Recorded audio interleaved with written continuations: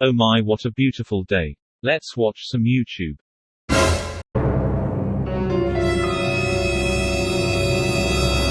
What?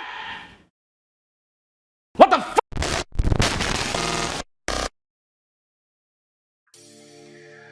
What's up, gamers? It's your boy Glitched Pepe, and WB dropped a new trailer, and it's not one that everyone was thinking. As you can already see, the reaction that I had was actually shared by many others. In fact, I think most people had the same reaction, and everyone has just one question on their mind: why? Why did it do this? I personally have no clue. I do have a theory, but you can already see that the fans don't like it. And the likes on the video are probably idiots who like Joss Whedon's, quote-unquote comedy that even Marvel grew out of, or bots, or most probably studio execs. But at the same time, what's the difference between bots and studio execs? Now, what baffles me more about this move is actually the timing of it, and there's two reasons for it. Reason number one, we had many allegations come out against Joss Whedon in the past few months, right? There have been allegations that were made by Gal Gadot that he actually threatened to end Gal Gadot's career by making her say lines in the movies that she didn't want to do. Then there's, Gal Gadot and her infamous boob joke in that Flash falls on Gal Gadot's boobs trying to save her. Like, are you kidding me? She's an Amazon warrior. She's one of the strongest members of Justice League and she cannot land on her feet. That's serious. That's just a dumb joke to do that, Joss Whedon style of quote-unquote comedy. General allegations about misconduct in the workplace, not treating his staff respectfully and all of that, and yet WB decided to post this. Why does WB want to support this man and this cut of the movie which was hated and replaced by a much superior version? Because you can't say that WB isn't supporting this man. Okay, let's face it, if this was a new movie that Joss Whedon had worked on and a new movie, then we can understand that okay, yeah, WB is just trying to promote the new movie that could generate new sales, and everyone had put some effort into it. But they're promoting a movie, a 4K cut of the movie which is 4 years old, universally hated by everyone. Why? Unless WB is specifically trying to give a massive fuck you to the fans and fuck you to Zack Snyder himself, this move doesn't make any sense. Now let's go to point number 2, which I'm going to talk about. That's fuck you to Zack Snyder, and I'm going to talk about that now because let's have a bit of a recap, shall we? First, in 2017, WB fucks with the movie and the timeline that was set by Batman vs Superman: Dawn of Justice, and we get Justice League because fuck continuity, am I right? And then we fight for years, and finally we get Zack Snyder's Justice League, the movie that we deserve to watch in the first place. And after we watch it, we like it and see that there is potential for a potential Justice League 2, where we can see the true vision that Zack Snyder had for the DCEU realized. And then you get this posted by HBO Max calling the Man of Steel, Batman vs Superman, and this Justice League as a trilogy. Now you can take it however you want. They were just trying to promote Zack Snyder's work until now in DCEU or something. I took it as a way of them saying, okay, you know what, this is it. We're not making any other movies after this for Zack Snyder. This is the trilogy and we are concluding it now. Now if that was not enough, WB dropped this trailer today for a long forgotten movie that was universally hated by everyone just because it gets a 4K release and a trailer 4 years after its release, because that's what's baffling, right? Why is it now? Why today? But I do have a theory about why and now today, but I'm going to talk about after I talk about Zacks Response, which was pretty apt, to be honest, because this is spitting in the face of fans and most importantly Zack Snyder. When this was brought to the attention of Zack Snyder, he simply replied, "This is crossing a line." You can see how serious he is just in that one single sentence that he posted, and he knows and he feels backstabbed by WB.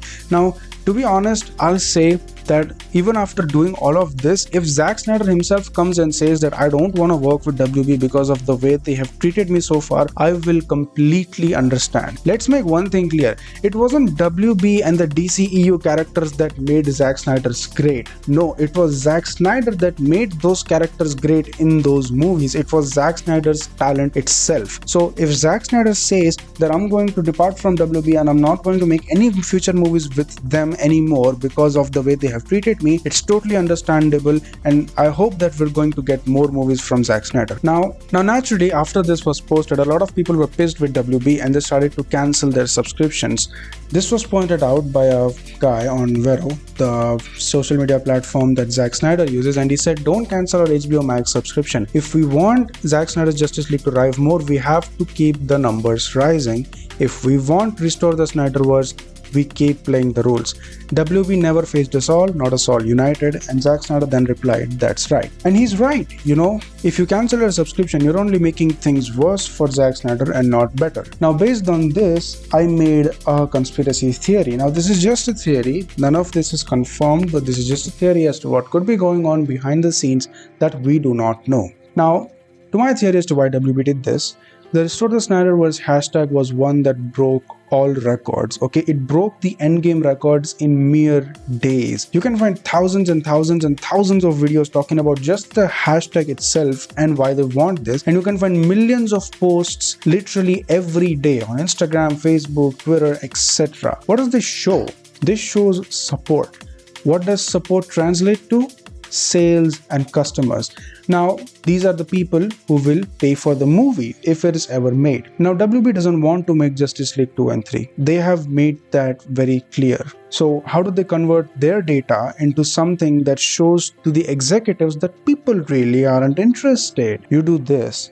You do things like this, you piss off the fans, wait for the backlash, and when the backlash comes, you show the executives that, oh, this isn't some real support, these are just a few kids on Twitter talking about this. Now, this is just a conspiracy, this is just, far-reaching. It could just possibly be that, because of all the hate that Joss Whedon has been getting and all the love that Zack Snyder has been getting recently because of the two movies, Joss Whedon went crying to WB and be like, please help me. And WB did this, they released a 4K trailer, because as far as I can remember, I don't think Joss Whedon's cut even got a trailer of its own. It just played off of the trailer that was made by Zack Snyder, which was supposed to be the original movie, but then, Joss Whedon fucked it up and all. But these are just theories. We don't know anything why they did it. All we can do is point and laugh at WB because they keep taking these L's, man. I mean, you have an audience that wants, you have the demand for it, you're just not willing to supply, and I don't know why. If it's just to satisfy your egos, then I don't know. Or if it's because you want DC to take a Marvel type direction, because by the end even Marvel had to become dark. Infinity War is literally one of the best Marvel movies after Civil War, personally for me. And you know what Infinity War and Civil War have in common? They are both dark. They tackle ideas that are complex, ideas that take risks. Nobody's going to watch the 2012 Avengers and say that movie is a masterpiece. Nobody's going to do that. People like movies that take risks, that set themes, and most importantly, stay true to the characters. Justice League and the characters involved in Justice League, other than a few, have always been dark. It's not like they don't have their lives or anything. It's not like that everything is sad and all, but they're always treated maturely. They have the movies, the animated series, they have a mature theme. Take Under the Red Hood, for example. That is a very mature movie, and personally, in the entire DC universe movies, right, combining the cinematic universe, that's top. Under the Red Hood beats Zack Snyder's Justice League for me. That's how much I loved that movie, because again, it tackled mature themes. That's what people like, and people are literally telling you to your face, because for a business person, because that's what WB are like, they're business people, they're entrepreneurs, they're businessmen doing business. What's the most difficult thing for a business person to figure out? Supply and demand. You have a demand, you're just not willing to create supply, then that's just shooting yourself in the foot. And I don't really know what to say to that. So that's it for this video. Thank you for watching, and I'll see you in the next one.